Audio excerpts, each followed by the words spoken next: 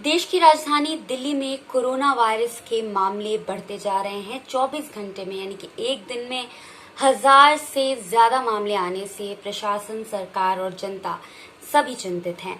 आपको बता दें, इस बीच देश के सबसे बड़े अस्पताल एम्स में स्वास्थ्यकर्मी, कई डॉक्टर, कई नर्सें कोरोना की चपेट में आ गए हैं और अब तक एम्स में करीब 195 हेल्थ केयर वर्कर्स जो हैं वो कोरोना वायरस से संक्रमित हो चुके हैं। बीते 2-3 दिनों में देखें तो यहाँ पे 50 से ज्यादा स्वास्थ्यकर्मी कोरोना पॉजिटिव पाए गए हैं। अब ये जो आरडीए यानी कि रेजिडेंट डॉक्टर एसोसिएशन है, उनके जो ऑफिस बेयरर्स हैं, उन्होंने इस मामले में जो खराब क्वालिटी की पीपीई किट और जो मास्क हैं उनको जिम्मेदार ठहराया है। कहा है कि खराब क्वालिटी की पीपीई किट और जो मास्क हैं वो एक बड़ी वजह है इस तरह से मामलों के बढ़ने के लिए। एक तो एम्स में लगातार मामलों की जो संख्या है उसमें उछाल आया है, लेकिन जो 2 मौतें हैं उसने इस पूरी जो स्थिति है उसको और चिंताजनक बना दिया है। आपको बता दें कि बीते हफ्ते 21 मई को Rajendra Prasad centre for ऑफ्थेल्मिक science के हॉस्टल मेस में काम करने वाले एक शख्स की कोरोना वायरस से मौत हो गई और इस मामले में प्रशासन का कहना था कि ये जो व्यक्ति हैं इनको कार्डियक इश्यूज थे और वो पेशेंट एरिया में काम नहीं करते थे, लेकिन जब जो उनका टेस्ट है उसमें उनकी कोरोना रिपोर्ट पॉजिटिव आई है।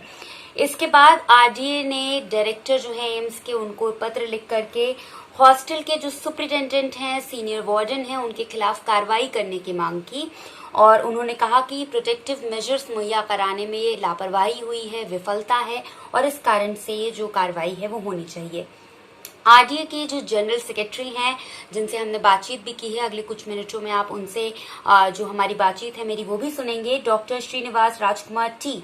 उन्होंने कहा है कि 1 महीने से जो एसोसिएशन है वो रेगुलर स्क्रीनिंग पे जोर दे रहा है, कह रहा है कि रेगुलर स्क्रीनिंग की जाए और सभी को अच्छी क्वालिटी के जो मास्क हैं वो मुहैया कराए जाएं, सैनिटाइजर मुहैया कराए जाए और ये मांग हम काफी समय से कर रहे हैं, लेकिन उस पर ध्यान नहीं दिया जा रहा। और इसके बाद एम्स के जो वहाँ के सीनियर सैनिटेशन सुपरवाइजर हैं हीरालाल, उनकी भी मृत्यु का मामला सामने आया है और ये एक ऐसे शख्स थे जो कहा जाता है कि कभी एब्सेंट नहीं होते, उनके बेटे बताते हैं। और वो जब अस्पताल में थे तो उनका लगातार जो क्लीनर्स हैं, वार्ड बॉयज हैं, डिसइंफेक्टेंट स्टाफ है, ये जो स्टाफ्स हैं इन सबसे इनका संपर्क बहुत रेगुलरली होता था। और इसके बाद वो उनके बेटे ने बताया कि किस तरह से कई मीडिया से उन्होंने बात की, ट्रिब्यून से बात की और बताया कि मई के बीच में उनको कुछ लक्षण दिखे थे सबसे पहले उनमें। और उनके जो बेटे हैं प्रहलाद, उन्होंने ये भी बताया कि एम्स प्रशासन जो है वो लगातार लापरवाही करता रहा, खराब क्वालिटी के मास्क भी मेरे पिता को दिए जिसके कारण से उनकी जान चली गई। सबसे बड़ी चीज जो उन्होंने बताई है वो ये है कि उनके पिता को 15 मई के अराउंड जो है वो पहली बार इन्फेक्शन के जो सिम्टम्स वगैरह थे वो दिखे थे और 24 मई को यानी कि 9 दिन के अंतराल में जो उनकी मृत्यु हो गई और ये बहुत ही डरावना मामला है। और उन्होंने ये भी बताया कि वो ड्यूटी में थे जब उन्होंने पहली बार उनके सिम्टम्स डेवलप हुए और जो रूटीन चेक्स थे वो तो हुए थे 15 मई को, लेकिन कोविड-19 टेस्ट उनका नहीं हुआ। डॉक्टर ने कहा था आप वापस आइएगा अगर आपको कोरोना सिम्टम्स दिखते हैं, और जब वो वापस गए 19 मई के अराउंड तो उनको ऑलरेडी वेंटिलेटर की जरूरत पड़ चुकी थी, इतनी खराब हालत हो चुकी थी। तो जो एम्स के जनरल सेक्रेटरी हैं न्यू दिल्ली एम्स के SC/ST एसोसिएशन कुलदीप सिंह, उन्होंने भी इस बारे में कहा है कि डॉक्टर ने उनका ब्लड सैंपल लिया था, उनको घर जाकर के आराम करने की सलाह दे दी थी, लेकिन उन्होंने ये भी आरोप लगाया कि प्रोटेक्टिव गियर्स जो थे वो हीरालाल को नहीं दिए गए थे। वहीं एम्स ने दावा किया है कि उसने सभी हेल्थ केयर वर्कर्स को प्रॉपर प्रोटेक्टिव गियर्स दिए हैं। उन्होंने इस बयान को एक बयान जारी किया है और ये जो सारे आरोप हैं उनको उन्होंने बेबुनियाद बताया है, आधारहीन बताया है, गलत बताया है, खारिज किया और कहा है कि हम सभी को ये जो प्रोटेक्टिव गियर्स थे वो दे रहे थे। ये भी दावा किया है उन्होंने कि जो हीरालाल हैं यानी कि जो सैनिटेशन वर्कर सुपरवाइजर हैं सीनियर, उनकी समय पर देखभाल की गई और उन्होंने ये भी कहा कि जब 19 तारीख को उन्होंने इमरजेंसी डिपार्टमेंट में रिपोर्ट किया तो उनको फौरन भर्ती कर लिया गया। हालत इतनी गंभीर थी कि उनको वेंटिलेटर पर रखा गया, उनको बचाया नहीं जा सका, ये उन्होंने कहा है। लेकिन इस बात का जवाब नहीं दिया कि आखिर 15 मई को कोविड-19 टेस्ट क्यों नहीं हुआ, क्योंकि अगर उस समय तक जो मिड मई में उनके सिम्टम्स दिखने लगे थे, वो ड्यूटी पे भी थे, अगर टेस्ट हो जाता तो वो एक जो समय था शायद यूज हो सकता था और उनकी जान बचाई जा सकती थी। आपको बता दें, अब हेल्थ वर्कर्स के अलावा ये बहुत ही गंभीर चीज है कि 3 रेजिडेंट डॉक्टर, 1 एमबीबीएस छात्र, 8 नर्स और 5 मेस कर्मी जो हैं वो कोरोना से संक्रमित हो चुके हैं। इसके साथ ही अलग अलग डिपार्टमेंट में भी कोरोना वायरस के मामले सामने आए हैं, जिसमें laboratory staff, electrician, technician, sanitary staff, security guards, ये सभी कोरोना के शिकार हुए हैं। अब इन सभी की कॉन्टैक्ट ट्रेसिंग की जा रही है, यानी कि वो किस किस से मिले, किस किस के संपर्क में आए, ये सब किया जा रहा है। अब दोबारा से जिस तरह से मामले बढ़े हैं, ये जो पुअर क्वालिटी ऑफ इक्विपमेंट्स, यानी कि जो पीपीई किट और जो मास्क है उसकी खराब गुणवत्ता का जो मुद्दा है एम्स में, वो दोबारा से उठ रहा है। इन मामलों में कहा जा रहा है कि प्रशासन ने जो प्रॉपर एडिक्वेट मेजर्स थे वो नहीं लिए, ये दोबारा से कहा जा रहा है।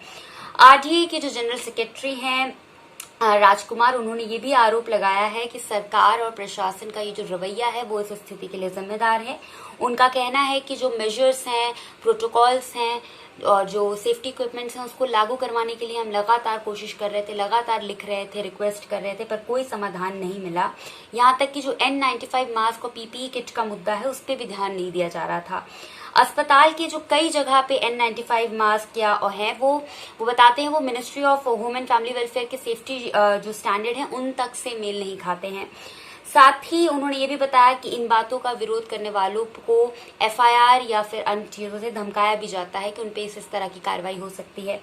तो हमने उनसे बातचीत की है, फिलहाल वो ज्यादा समय हमें नहीं दे सके हैं, लेकिन उन्होंने हमारे 2 महत्वपूर्ण सवालों का जवाब दिया है। सुनिए ये बातचीत। तो हमारे साथ आरडीए के जो जनरल सेक्रेटरी हैं वो मौजूद हैं।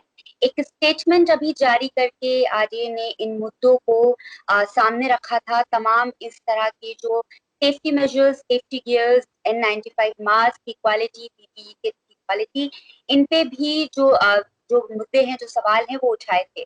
मैं बस आपसे जानना चाहूंगी कि इन तमाम मुद्दों को जो आपने उठाया, तो इसमें किस तरह का आप लोगों को रिस्पॉन्स मिल रहा था और भी किस तरह के केसेस जो हैं या जो कंप्लेन्ट्स हैं वो आपके सामने आ रही थी, क्योंकि ये तो 2 मामले हैं, 2 मौतें हैं जो हमारे सामने आई हैं, लेकिन जो ये 195 लगभग संक्रमित केसेस हैं, पॉजिटिव केसेस हैं, ये आप तक कैसे अप्रोच हुए और फिर आपने ये जो लेटर लिखा, जो स्टेटमेंट निकाला, उसके बारे में बताएं।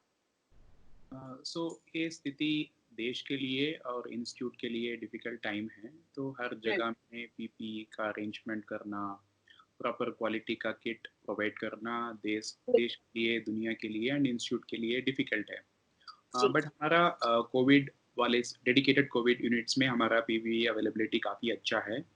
बट अदर देन दैट, मतलब other sections of the hospital, मतलब wards, emergency and other workers who are coming, है ना, जैसे सैनिटेशन वर्कर, मेस वर्कर, उनके लिए प्रोटेक्शन के लिए सुविधाएं का थोड़ा कमी है। तो यही हम हाईलाइट करना चाहते थे। जैसे एक स्पेसिफिक सेट ऑफ मास्क है ना, उसको डक बिल मास्क बोलते हैं। तो प्रॉपर N95 मास्क में सफिशिएंट एयर सील होना चाहिए। उसका मतलब है वो पूरा पहनने के बाद आपका सांस अंदर या बाहर, वो सिर्फ मास्क के थ्रू अंदर और बाहर होना चाहिए। तो उसी ऐसे फंक्शन किया तो हमारा प्रॉपर फिल्ट्रेशन एफिकेसी N95 का मतलब है 0.3 माइक्रोन का पार्टिकल्स 95% पूरा वो ब्लॉक कर लेगा। So a mask which is not having the name, सिर्फ नाम के लिए N95 नहीं है, काम में N95 होना चाहिए, ये हमारा है।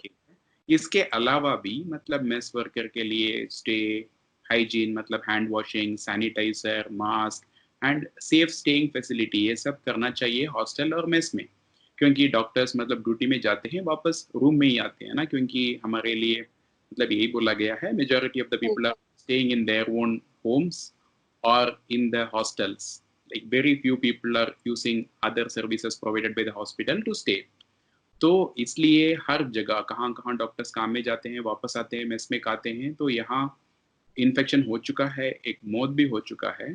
तो हम 2 महीने से इसके लिए हम लेटर लिख रहे हैं, मतलब प्रॉपर सेफ्टी इंश्योर करो, कुछ स्क्रीनिंग करो, ये सुविधाएं करो, बट ये इतना हम चाहते थे या इतना जरूरत है उतना हुआ नहीं।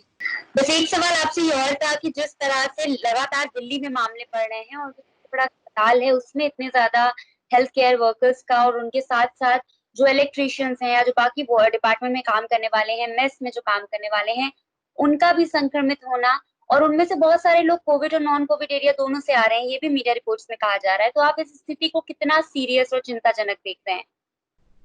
ये लॉकडाउन, पार्शियल लॉकडाउन होने के वजह से काफ़ी केसेस रोज़ बढ़ रहे हैं। दिल्ली के कंसेक्यूटिव डेज में अराउंड 1000 रोज़, मतलब 1000 केसेस ऐड होते जा रहा है। तो मामला काफ़ी it's a very difficult situation है वैसे देश के लिए, दिल्ली के लिए, एडमिनिस्ट्रेशन के लिए, गवर्नमेंट के लिए, क्योंकि मतलब कितना भी कोशिश करें कंप्लीट केयर प्रोवाइड करना या इस चीज़ों को कंट्रोल में रखना डिफ़िकल्ट होता जा रहा है। सो हमारा रिक्वेस्ट है हर लेवल में होना चाहिए, जैसे इंडिविजुअल खुद के लिए प्रोटेक्शन लेना चाहिए जी। और गवर्नमेंट उनके तरफ से प्रॉपर इंफॉर्मेशन डिसमिनेशन करना चाहिए और हेल्थ केयर फैसिलिटीज़ ऑप्टिमाइज़ करना चाहिए, both Covid and non Covid services. तो थैंक यू, आपने हमें इतना समय दिया। Thank you so much. आपको बता दें, फिलहाल ये बताया जा रहा है कि जो संक्रमित लोगों के संपर्क में कौन आया, उसका पता अभी प्रशासन लगा रहा है। पता लगाया जा रहा है कि किसने जो ये संक्रमित लोग हैं उनके संपर्क में कौन कौन आए। ये भी कहा जा रहा है, जो सोर्सेज हैं कह रहे हैं कि अस्पताल में के जो कोविड और नॉन कोविड जगहें हैं वहां पे भी जो कोरोना पॉजिटिव हैं वो मिल रहे हैं।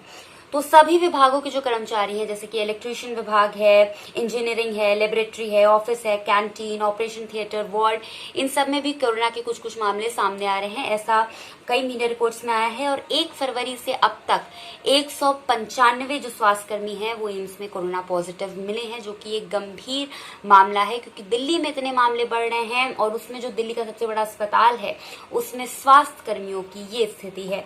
और ये जो हम 195 स्वास्थ्य कर्मियों की बात कर रहे हैं, इसमें 2 फैकल्टी डॉक्टर्स हैं, 5 रेजिडेंट डॉक्टर हैं, 21 नर्सेज हैं, इसमें 8 टेक्नीशियन हैं, 32 सैनिटेशन वर्कर हैं और 68 सिक्योरिटी गार्ड्स जो हैं वो कोरोना वायरस से संक्रमित हो गए हैं। तो ये जो 2 मौतें थी हमने आपको वो भी बताई। तो ऐसे में ये जो पूरी गंभीर स्थिति है उस पर जो है वो शायद सरकार, प्रशासन और जनता, ये सबके लिए बहुत ही चिंताजनक मामला है। लेकिन सबसे महत्वपूर्ण बात जो इस पूरी कहानी में सामने आती है वो है कि जो गवर्नमेंट है, जो एम्स का एडमिनिस्ट्रेशन है, उसकी एपैथी की बार बार आरडीए के रिक्वेस्ट के बाद, बार बार लोगों के कहने के बाद, हेल्थ केयर वर्कर्स के कंसर्न के बाद, जो जिनको कोरोना वॉरियर्स कहा जा रहा है, जो जब वो फील्ड में है, जब वो पेशेंट्स की सेवा कर रहे हैं या फिर उस अस्पताल के और अलग विभागों में अपना काम कर रहे हैं, तो उनके प्रति प्रशासन की क्या जिम्मेदारी बनती है, उनको प्रॉपर सेफ्टी मेजर्स क्यों नहीं दिए जा रहे हैं। द वायर के और वीडियोस देखने के लिए सब्सक्राइब करें और बेल आइकन पर क्लिक करें। स्वतंत्र पत्रकारिता की आर्थिक मदद करने के लिए डिस्क्रिप्शन में दिए गए लिंक पर जाएं और अपनी राशि चुनें।